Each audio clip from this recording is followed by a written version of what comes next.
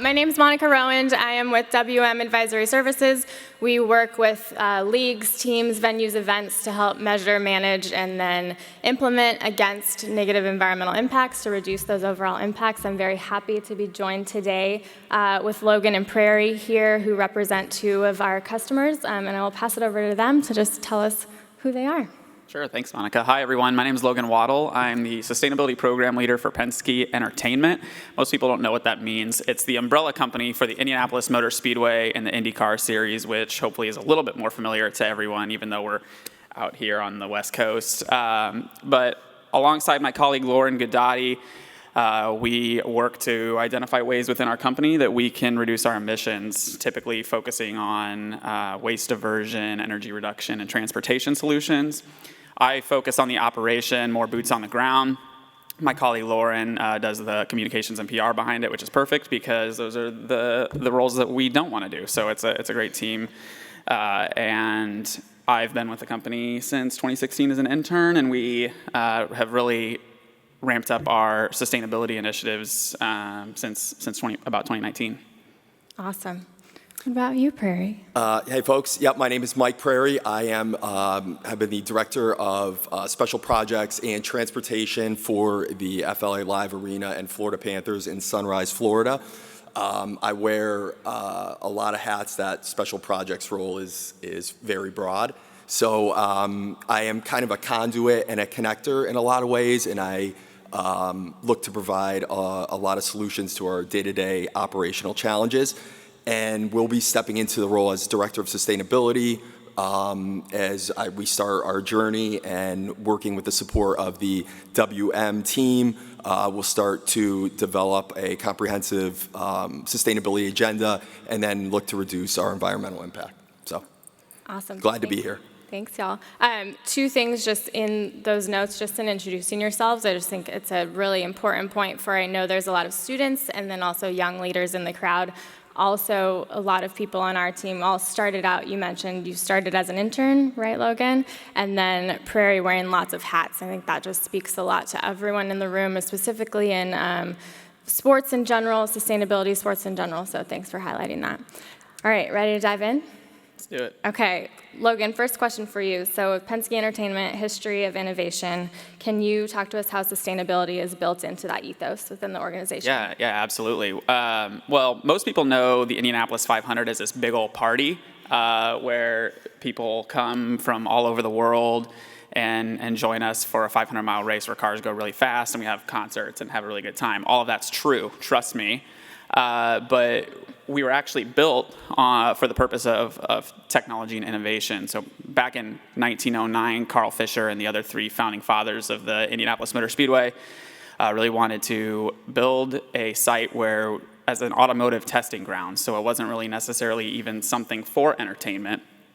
There were just so many automobile inventors in North America at that time, there was no way to really pit them against each other. So back in 1911, when the Indianapolis 500 ran for the first time, people probably didn't know the word sustainability or recycling or electricity, but we started innovating back then. In that first race, the rear view mirror was invented, and then throughout history, we've also tested turbocharged engines for the first time back in the 30s with Mercedes.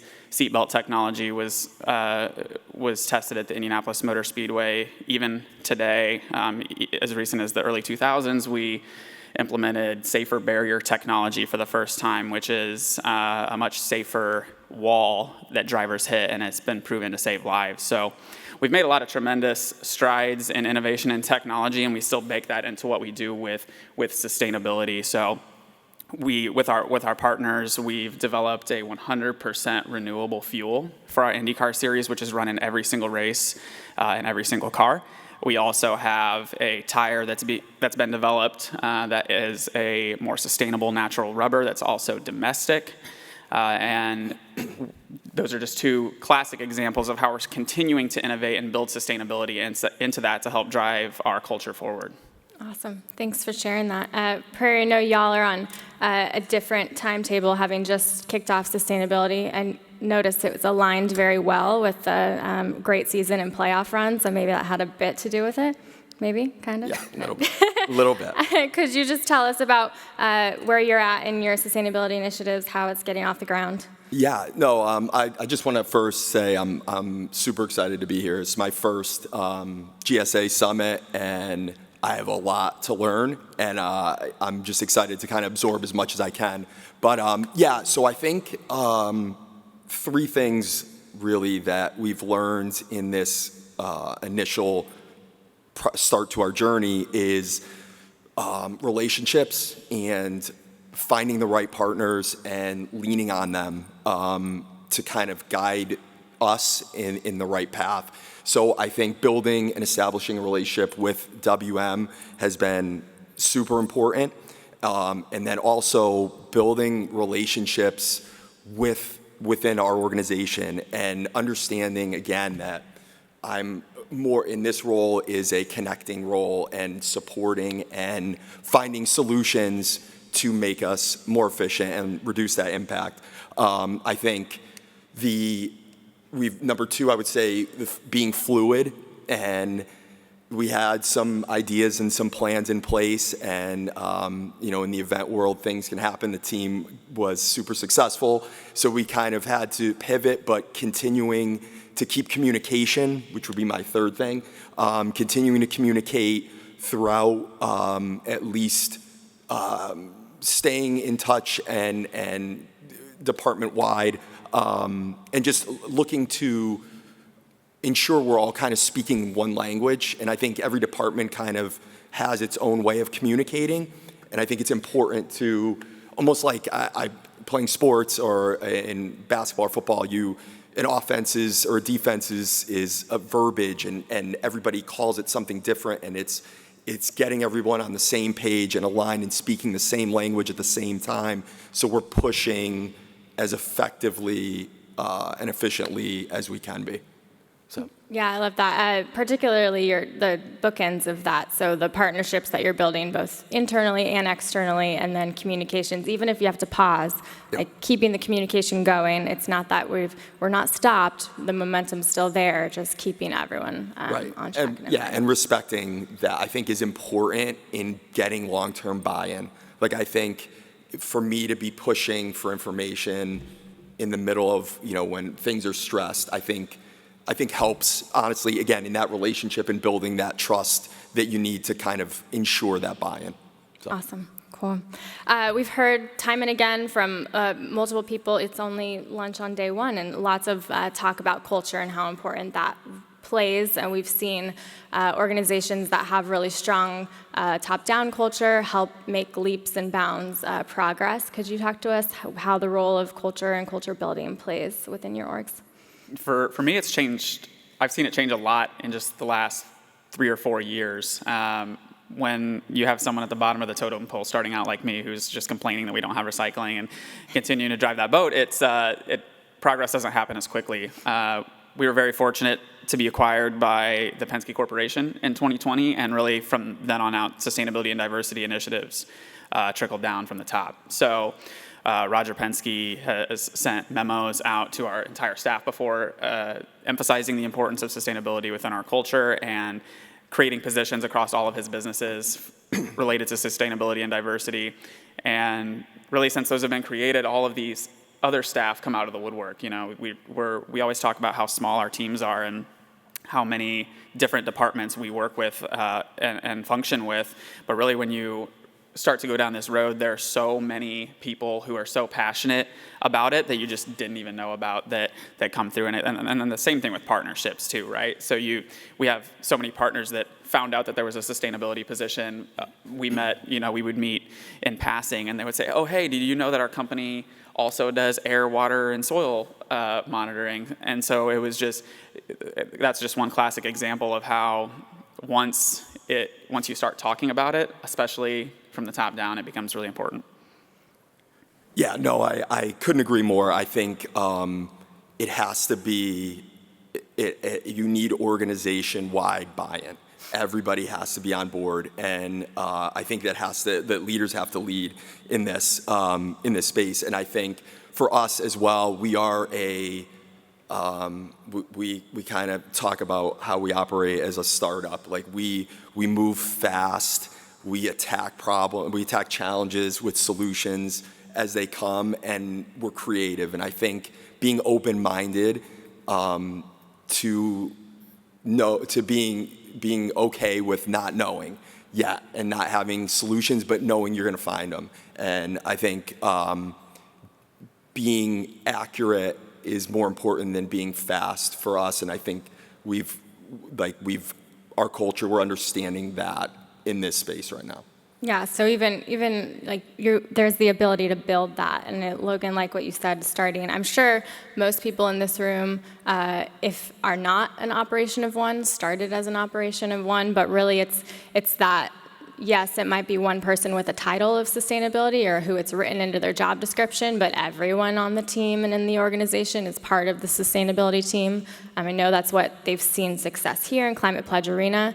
Every housekeeper is part of the zero waste team making it happen. Every person in leadership, no matter what role, holding that. And so what y'all are doing to build up that ethos inside your orgs is awesome. Yeah, I started at IMS actually in the guest experience department and have been kind of on a carousel. I worked in the ticket office for a couple of years, worked in facilities and ops for a couple of years, and I'm really glad I didn't burn those bridges because I still work with all those people on a regular basis. Yeah, no, I think I feel very similarly. I think like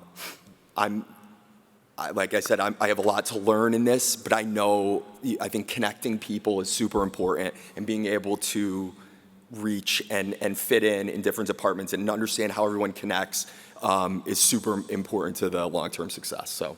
Cool. Challenge for everyone: when y'all get back, meet one new person in a different department, tell them what you learned, and you have a new ally there. Switching gears a little bit, I know, just embarking on data collection and in terms of understanding impact. Logan, I know you've done a lot of work in doing this with IMS and also with Penske Entertainment. Could you tell us, what have you learned? What's surprising so far as you've undergone this journey of trying to capture what your impacts are? Yeah, anyone who has a background in sustainability and got a degree in sustainability, this probably wouldn't be as surprising too. I just kind of, as I mentioned earlier, got this role because I talked about it too much. And so, so one thing I really didn't anticipate, which probably resonates with almost any venue operator, is how much how massive Scope 3 is, and how really your biggest impacts and your biggest sources of emissions aren't on your payroll. So that's really challenging for us to tackle, and we've come up with some innovative solutions, and of course still have a long way to go. And just in case, Scope 3, just in case we're not totally sure what that is, what are we talking about? So in layman's terms, Scope 3 are all the emissions that are associated with your event or operation that are not within your control. So waste is a classic one. Fan travel is our largest, personally, because we have international fans that come to each of our events, specifically the Indianapolis 500. Things like where your employees travel from, you can't really control that, and just all these areas that aren't necessarily within your control that are associated with your event that wouldn't happen if you weren't putting on your show. For sure. The fan travel piece in particular can feel really nebulous depending on where you're at. Like Seattle, great. Maybe some of us have taken the bus or the train, or they have lots of options. How are you tackling fan travel at IMS? Yeah, it's difficult with racetracks in general because most of them are built in the middle of. Yeah, people are passionate about cars in the first place, and then these massive venues are built in the middle of nowhere. So there's not a lot of public transit or options like you have with arenas and stadiums that are nestled within the city. So we started working with where available, work with the local transportation, for public transit. We also have implemented a program similar to most people when they have airline tickets. When you purchase an airline ticket, you can offset your travel to the event. So we have that option upon checking out as well. And of course, encouraging fans to bike to the 500. Lauren actually put that program together back in the day, and now it's become a huge sustainability initiative for us where we try to encourage fans to bike to the track when they come, and using additional bike parking that we've installed back in 2022. Awesome. Prairie, any last things you want to add for us? What's a big lesson learned, or so something surprising in the last year you've learned? I think just the communication and again, consistent messaging and trying to ensure you're speaking everybody's speaking the same language and looking at problems from the same point of view so that the solutions make sense and you can kind of tackle them together. So. Great. Wonderful. Well, thank you both for joining us up here. I'm excited to see you more, and thanks, everyone. Thanks.